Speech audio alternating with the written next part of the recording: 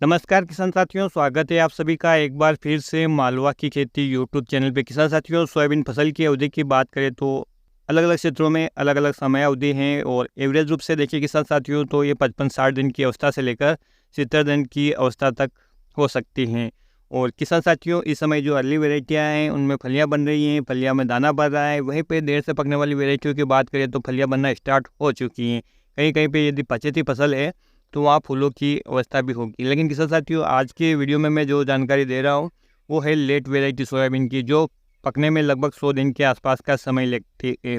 कोई सी भी वैरायटी हो, ऐसा ज़रूरी नहीं है कि 11-35 ही हो, कोई भी वैरायटी हो जो 100 दिन के आसपास समय पकने में लेती है, उन वैरायटियों में किसान साथियों आप गौर कीजिएगा, क्योंकि इस समय कई क्षेत्रों में इल्लियों का भयंकर प्रकोप बना हुआ है। किसान साथियों, वीडियो में आप देख पा रहे हैं पड़ोसी खेत का है और इन्होंने अभी तक एक ही स्प्रे किया था। किसान साथियों, एक स्प्रे करने के बाद शायद इन्होंने खेत में जाकर भी नहीं देखा। और किसान साथियों, अब इनकी फसल की हालत आप देख सकते हैं। ये वैरायटी कौन सी है ये मेरे को पता नहीं है, लेकिन ये देर से पकने वाली वैरायटी थी। इसमें सफ़ेद फूल आए थे, क्योंकि मेरा खेत पास में है इसलिए उनसे संपर्क भी हो नहीं पाया, कुछ भी कारण आप समझ लीजिए। लेकिन किसान साथियों, उनकी फसल की हालत आप देखिए, इनमें जो इल्लियों का है वो देखिए आप, एक फूल भी नहीं है, एक फली भी नहीं है, पत्तियां भी जर्जर कर दी हैं और अभी तक उन्होंने कोई सूद भी नहीं लिए। तो किसान साथियों, इस प्रकार यदि आप भी खेत में मॉनिटरिंग नहीं करेंगे तो हो सकता है आपके खेत में भी इस प्रकार की समस्या आ जाए। इस बार किसान साथियों बहुत सारी दवाइयाँ रिजल्ट नहीं दे रही है, इमामेक्टिन भी फेल होती जा रही है। वहीं पर कहीं कहीं पे कोरोजन का जो फार्मूला है वो भी दम तोड़ रहा है। किसान साथियों, यह इस कारण हो रहा है कि मौसम इस बार बिल्कुल भी सूट नहीं कर रहा है।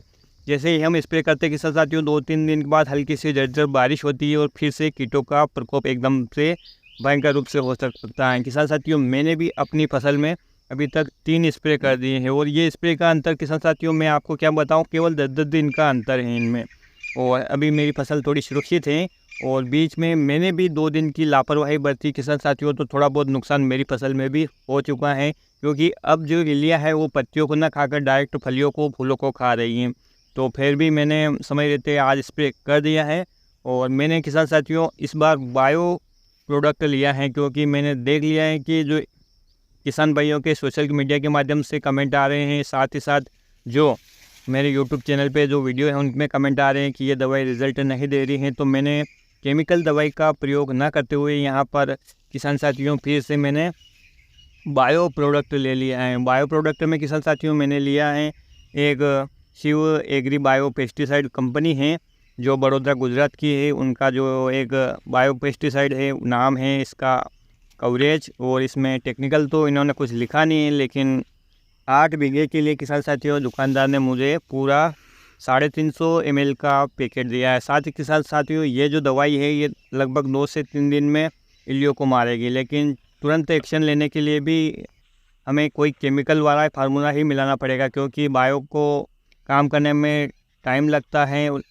इल्ली लकवाग्रस्त होती हैं और वो तब तक शायद थोड़ी बहुत मात्रा में वो नुकसान कर दे। इसलिए मैंने इसके साथ कॉम्बिनेशन मिला लिया किसान साथियों, क्लोरोपाइरिफास प्लस साइपरमेथ्रिन का, क्योंकि इल्लियाँ घायल अवस्था में पड़ी रहेगी और उस बायो पेस्टिसाइड की वजह से 2 से 3 दिन में वो मर जाएगी। किसान साथियों, साथ में मैंने फंगस का भी इंतज़ाम कर दिया है और उसके लिए भी मैंने ज़्यादा महंगा तो नहीं लेकिन एक मीडियम रेंज का फंगिसाइड लिया है, टेबुकोनाजोल प्लस सल्फ़र का जो कॉम्बिनेशन आता है वो। लेकिन किसान साथियों, ये जो इल्लियाँ आपने अभी वीडियो में देखी हैं, आप देख पा रहे हैं, ये पड़ोसी खेत का है। चूँकि इन्होंने एक स्प्रे शुरू में किया था, एक स्प्रे हमने भी इनके साथ ही किया था। एक स्प्रे इन्होंने बीच में छोड़ दिया है और अभी तक फिर स्प्रे नहीं किया है, और हमने आज फिर स्प्रे कर दिया है। यानी अभी तक उनका एक स्प्रे हुआ है और हमारा हो गया तीसरा स्प्रे। दोनों के लंबी वैरायटियाँ हैं। इनकी वैरायटी का तो मुझे पता नहीं, लेकिन मेरी जो वैरायटी है किसान साथियों आयुषम 1135 है और इसमें अभी फूल भी हैं, फलियाँ भी बनने लगी हैं और फलियों को इल्लियाँ खाने लगी थी। और मॉनिटरिंग करते हुए किसान साथियों मैंने तुरंत इस पर दवाई का छिड़काव किया है। आज बारिश की संभावना भी पूरी जताई जा रही थी और जब मैं ये वीडियो बना रहा हूँ किसान साथियों, तो अपने गांव से मैं नीमच साइड में काफ़ी ज़्यादा भयंकर बारिश की बरखा देख रहा हूँ। क्योंकि मेरे दवाई मैंने सुबह ही छाट दी, इसलिए मेरे दवाई का असर पूरी तरह से मुझे मिल जाना चाहिए रिज़ल्ट, और लगभग शायद घंटा भर और हो जाए बारिश आने में जब मैं ये वीडियो शूट कर रहा हूँ किसान साथियों। तब तक मुझे दवाई का रिज़ल्ट मिल जाएगा। लेकिन यदि इस प्रकार से लापरवाही बरती जाए और एक बार दवा छिड़क के फिर खेत में जाकर देखा भी नहीं जाए कि दवाई ने रिज़ल्ट दिया है या नहीं दिया है और कितनी इल्लियाँ खेत में हैं कितनी नहीं है, यदि इस प्रकार से हम मॉनिटरिंग नहीं करेंगे तो निश्चित रूप से जब इस प्रकार से नुकसान हो जाएगा तो फिर माथे पे हाथ रखने के सिवा कुछ नहीं होगा। बाज़ार भाव नहीं है लेकिन किसान साथियों कमाना हम छोड़ नहीं सकते हैं। जो लागत हमने लगाए कम से कम वो तो हम निकाल लें, क्योंकि बाज़ार भाव तो आप देख ही पा रहे हैं, मुहिम चली हुई है कि 6,000 रुपये प्रति क्विंटल से कम भाव बेचना नहीं चाहिए। ये भी मेरा भी मानना है किसान साथियों, और अन्य किसान भाइयों के हित में भी इस वीडियो को आप शेयर कर सकते हैं। लेट वेराइटी एलियो खास करके जिन्होंने लेट वेराइटी लगाई है उनमें ये समस्या एलियो की भी ज़्यादा देखी जा रही है, चूँकि अर्ली जो वेराइटियाँ थी वो लगभग 60 दिन के आसपास आ चुकी है और उनमें फलियाँ हैं वो कड़क होने लगी है, साथ ही पत्तियाँ भी कड़क होने लगी हैं, जिसके कारण इनमें एलियो का नुकसान कम देखा जा रहा है। दोनों में मैंने शीघ्र पकने वाली और लेट पकने वाली दोनों वेराइटियों में एक साथ स्प्रे किया था, लेकिन फिर भी जो लेट वेराइटी हैं क्योंकि वो अभी भी उसमें फुटाव हो रहा है थोड़ा बहुत और उसमें जो नई नई पत्तियाँ निकल रही हैं, जिसकी वजह से किसान साथियों उसका जो तना भी है मुलायम है और उसमें इल्लियाँ की ज़्यादा तादाद देखी गई हैं। और मुझे इसमें जो शीघ्र पकने वाली वैरायटी है इसमें कोई भी कीट दिखाई तो नहीं दिया, लेकिन हल्के फुल्के मच्छर हो रहे हैं। और किसान साथियों इस समय मैं इसमें शायद कोई कीटनाशक स्प्रे ना करूं। यदि कल का मौसम खुला रहता है 2 घंटे 3 घंटे की धूप मिल जाती है तो किसान साथियों मैं सुबह सुबह इसमें आकर जो डस्टिंग पाउडर आता है क्लोरोपाइरिफास का वो बुरकाव कर दूँगा। मच्छर भी मर जाएंगे, समस्त प्रकार की इल्लियाँ भी मर जाएगी और बजट भी काफ़ी कम आएगा।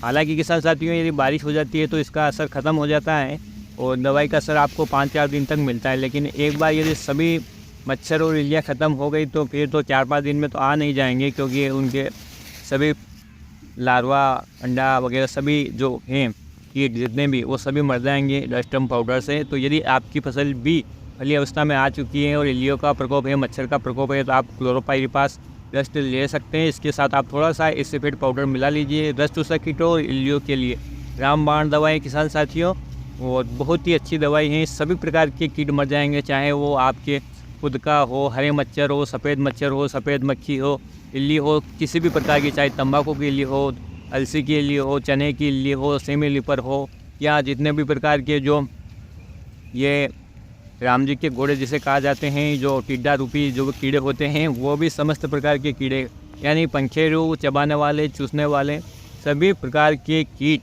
वो समाप्त हो जाएंगे। तो सस्ता भी लग रहा है, क्योंकि 25 किलो का बैग हमारे यहाँ लगभग 500 रुपये में आ रहा है और 1 हेक्टर में आ जाता है और एक आदमी घंटे 2 घंटे में आराम से 1 घंटे भर में से इसको छिड़क सकता है बिना किसी जोखिम उठाए। कोई नली खींचना नहीं, कोई स्प्रे करना नहीं है। तो किसान साथियों इस प्रकार से आपको अपनी फसल की केयर करना है, क्योंकि किसान साथियों मुझे आज अपने खेत में आकर ऐसा लगा कि कीटों का भयंकर अटैक है, तो मैंने स्प्रे किया और आप लोगों के हित में वीडियो शेयर किया ताकि ये आप भी मॉनिटरिंग करें।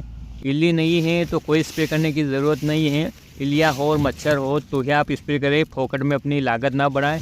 कोई छूट-फूट इल्लियाँ हो तो कोई ज़्यादा नुकसान नहीं करेगी किसान साथियों, लेकिन इल्लियाँ यदि आर्थिक हानि स्तर से अधिक हो, 1 मीटर में कम से कम 2 से 3 इल्लियाँ हो तो किसान साथियों आपको फिर स्प्रे करना ही पड़ेगा।